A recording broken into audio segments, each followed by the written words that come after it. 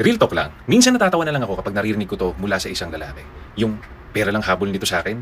Eh ano ba yung gusto mo sa kanya? Gusto mo yung katawan niya? Gusto mo yung kaluluwa niya? Gusto mo yung buong pagkatao niya? Gusto mo maging ina siya na magiging anak mo? Gusto mo mag-alaga siya na magiging anak mo? Gusto mo maglinis siya ng bahay mo, magluto para sa'yo at mahalin ka ng todo?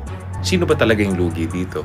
Real talk lang, minsan natatawa na lang ako pag naririnig ko to sa isang lalaki na akala mo kung magsalita alam niya na lahat ng sinasabi niya, na akala mo kung magsalita alam niya na yung biology ng babae, na akala mo alam niya na kung ano yung naka-hardwired sa babae at lalaki, na akala mo talagang totoo yung kanyang mga sinasabi. Well, ewan ko bakit may mga gantong lalaki na lagi minamasama ang mga gusto ng mga kalalakihan. Of course, gusto namin yung inaaruga kami. Of course, gusto namin yung marunong sa bahay. Of course, gusto namin yung magiging ina ng anak namin matino. Of course, yung gusto namin maayos na babae. Of course, yung gusto namin marunong sa bahay. Of course, yung gusto namin malinis sa bahay. Of course, yung gusto namin matinong babae. Of course, yung gusto namin hindi pera lang ang habol sa amin. Of course, yung gusto namin yung magiging mabuting ina ng anak namin. So, anong masama doon, Ropa? 'Di ba? Ba't may mga gantong lalaki no na laging parang kahit ang babae wala pang ginagawa, talagang ano na sa kanila, parang prinsesa na, no? Kaya mga Ropa, dapat hindi kayo ganito kasi talaga matitake advantage kayo. Pag lagi nyo nilalagay sa pedestal ang mga babae at hindi nyo nakikita yung worth nyo as a person, then talaga makikita nyo lagi na mas mataas sa atin ang mga kababaihan. Tandaan nyo, yung sinasabi niya na lugi, sino nga ba ang lugi dito? Come on, man! Kung usapan lugi, hindi mo alam yung salitang lugi, Ropa. Ang salitang lugi is kung ano ba yung kaya mong i-provide na hindi kayang tapatan ng isang tao. Gets mo? So kung ang babae malulugi dahil inaaruga niya ang kanyang pamilya or ang kanyang boyfriend or ang kanyang anak, then nagkakamali ka, hindi lugi yun. Okay? Uulitin ko, mga Ropa, ang babae, pag mahal ka at pag gusto ka, gagawin niya lahat sa'yo genuinely. Pero ewan ko bakit may mga lalaki na parang pag may ginawa ang isang babae sa'yo na for example, pinagtimpla ka ng kape na kailangan tapatan mo agad ng malupit. Dahil, kumbaga, parang sinasabi nila, oh, bihira ako gawin to, never ko nagawa to sa buhay ko. So?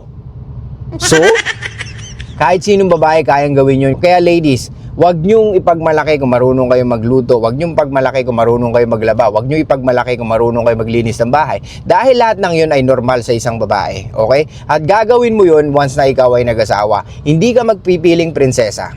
Okay? Dahil ang pag-aasawa or pag pumasok ka sa isang relationship, lalo-lalo na pag kayo nagkaanak, it's not about fucking happiness. It's more on about raising children. Okay? Ano ba akala nyo pag pumasok kayo sa isang relationship or sa pag-asawa? Wala kayong dapat i-give up? Marami kayong dapat i-give up. Even your friends, even your lifestyle, para lang magawa mo yung pagpapalaki ng maayos sa magiging anak nyo or sa magiging pamilya nyo. Ganun lang yon. Okay? Uulitin ko, marriage is not about happiness. It's more on about raising kids. Okay? Hindi kayong dalawa ang bida rito. Pero kung meron dapat mas mag-provide is yung lalaki yon. So, sino ang mas lugi if ever nagloko ang babae? Kaya ewan ko dito sa content creator na to kung ano-ano sinasabi niya na hindi mo alam kung saan nanggagaling. Na porkit marunong magluto, porkit marunong maglaba, siya lugi. Tandaan mo, sino ba nagpuput ng effort? Babae, lalaki. Pagdating sa pag-approach ng mga babae, pagdating sa panliligaw, pagdating sa sino ba yung nagpa-plan ng date, sino yung nagsasabi kung saan kayo pupunta, sino yung nagbabayad, sino yung mas maraming ginagawa? Siya ba? Yung babae ba? Sa pagdiskarte pa lang, nahihirapan na ang mga lalaki, okay? Kaya, wag mong sabihin na lugi ang babae pag nabibigay niya yung mga bare minimum na dapat naman talaga niyang binibigay. Kagaya nung pag-aruga niya sa kanyang pamilya, di ba? Hindi dapat isumbat ng isang babae ang kanyang kakayahan na alagaan ng kanyang pamilya or ang alagaan ng kanyang boyfriend. Dahil unang-una, it's part of her obligation na gawin yun. Dahil pumasok siya sa isang relasyon. Okay? Hindi yun na parang, swerte nga, ginagawa ko to. So? Swerte nga, pinagsisilbihan kita. So? Huwag mo akong pagsilbihan. Kung sinusumbat mo yung ginagawa mo, huwag mo akong pagsilbihan. Kaya ewan ko, ba't may ganitong mga lalaki na nilalagay sa mindset ng mga babae or sa mga utak ng mga babae na masyado silang precious, na masyado silang gold, na parang akala mo wala kang ibang makikitang kagaya nila. Actually, napakadami nila mga Ropa. Ang dami nila, lahat yang common. Walang special sa ginagawa ng mga kababaihan. Tayo lang ang gumagawa. Or tayo lang ang nagsasabi na special sila. Pero they are all fucking the same, mga Ropa. Kaya nga, stop listening sa mga content creator na akala mo totoo yung mga sinasabi pero hindi mo naman alam kung saan talaga nanggagaling. Di ba? Usapang lugi. Talaga ba? Men are willing to die. Men are willing to die. That's our fucking loyalty pagdating sa relationship. And even to our country. Kaya nga, we are willing to fight for our country. Because that's who we fucking are. Ayun yung mga kaya natin ibigay. Ano sinasabi nitong lugi? Porkit naglalaba babae? Porkit nagluluto? Porkit marunong ang babae sa bahay? Nagluluto? Naglalaba? Lugi? Tsaka alin? Yung nagkaanak siya? Of course, gusto mo yun. Kaya nga gusto mo ng relationship. Kaya nga, pag nakipag-relationship ang isang lalaki, of course, yung pipiliin niyang babae, dapat pasok sa lahat ng criteria niya. Oh, paano mo sinasabing lugi doon? Walang lugi doon. Preferences yun, Ropa. Diba? Tsaka hindi masama. Okay? Kung mag-isip ka. Kung baga nag-iingat ka lang, puta, baka mamaya pera lang gusto sa akin ito. So, di ba? Masama ba na isipin mo yon sa isang babae na totoo naman? Kasi ang babae looking for what? Security. Oh, di ba? Kaya ano sinasabi nito lugi? Saan nalugi ang babae? Dahil kahit kailan, tandaan nyo mga Ropa, pag tumanda na ang asawa nyo, umidad na ng 40, pwedeng hindi mo na makakuha yung sexual access sa kanya. Na which is yun ang pinakagusto ng karamihang kalalakihan. Di ba? So like I said, di ba, magkaiba ang attraction ng babae at lalaki or magkaiba ang hinahanap natin sa isa't isa. Ang babae, hinahanap sa lalaki yung magpaparamdam sa kanila ng affection. Yung marunong magbigay ng affection, yung marunong magbigay ng attention, ano pa, yung marunong magparamdam ng love, o yung sinasabi natin na yung lalaki na marunong mag-stimulate ng emotion. Ang lalaki, ano hinahanap sa babae? Of course, dapat hindi maloko. Of course, wala dapat questionable past. At ano pa? At dapat talagang marunong sa bahay. Di ba? And of course, we are more attracted with younger women o yung tinatawag natin na nasa prime. Kaya nga ewan ko bakit yung mga 30 plus is still demanding like a 25 years old. Hindi po pwede yun. Diba? Yung nung 22 years old ka at 32 ka ngayon, magkaiba na po yun, okay? Nung 22 ka, yes, you can still negotiate kung sino yung talagang gusto mong lalaki. Pero ngayon 32 ka, of course, hindi na po pwede yun. Diba?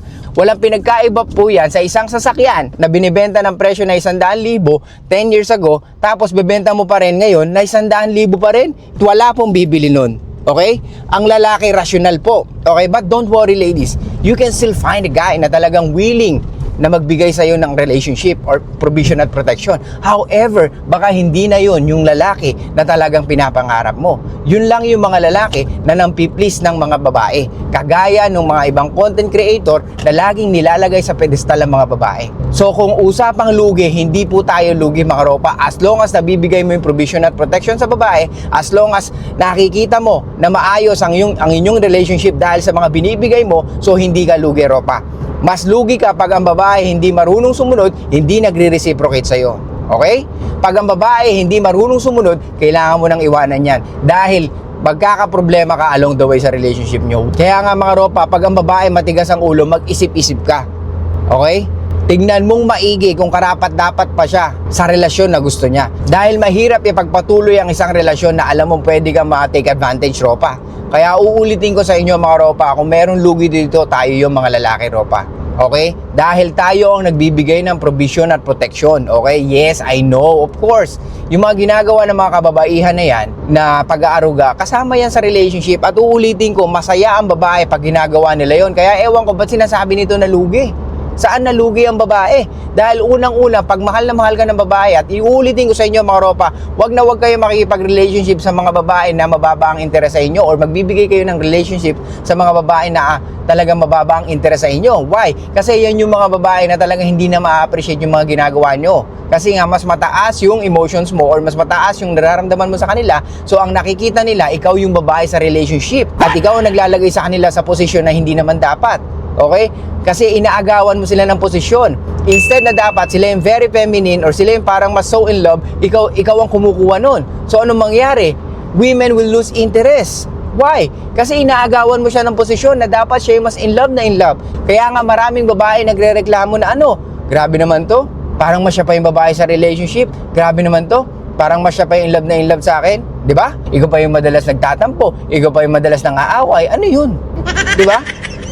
Ikaw ang lalaki, ikaw ang magdadala ng relationship, di ba? Ikaw ang kumokontrol, ikaw ang magli-lead ng relationship. Kaya mga Ropa, stop being a fucking emotional. Okay? Hindi mahalaga kung ano yung nararamdaman natin. Ang mahalaga dito kung paano mo dalhin ang isang relationship. Di ba? At some point, yes, we have feelings, I know. Pero yung feelings natin, hindi ganun ka-importante na kagaya ng mga babae. Dahil like I said, iba ang traits na hinahanap natin sa bawat isa. Kaya nga yung sinasabing lugi, nasaan ang lugi? Dahil ang babae nagve-benefit pag masyado silang so much in love sa isang lalaki. Uulitin ko, kasi baka hindi nito alam ni Ropa na pag ang babae sobrang in love, mas feel niya na babaeng babae siya at willing siya to do everything. So nasaan ang lugi doon? Never maiisip ng babae na lugi siya. Gets? Pag siya yung mas in love sa relationship or pag siya yung nag-chase sa lalaki or pag siya yung mas mataas ang interes sa lalaki, she will never ever think na lugi siya. Kaya nga may mga babae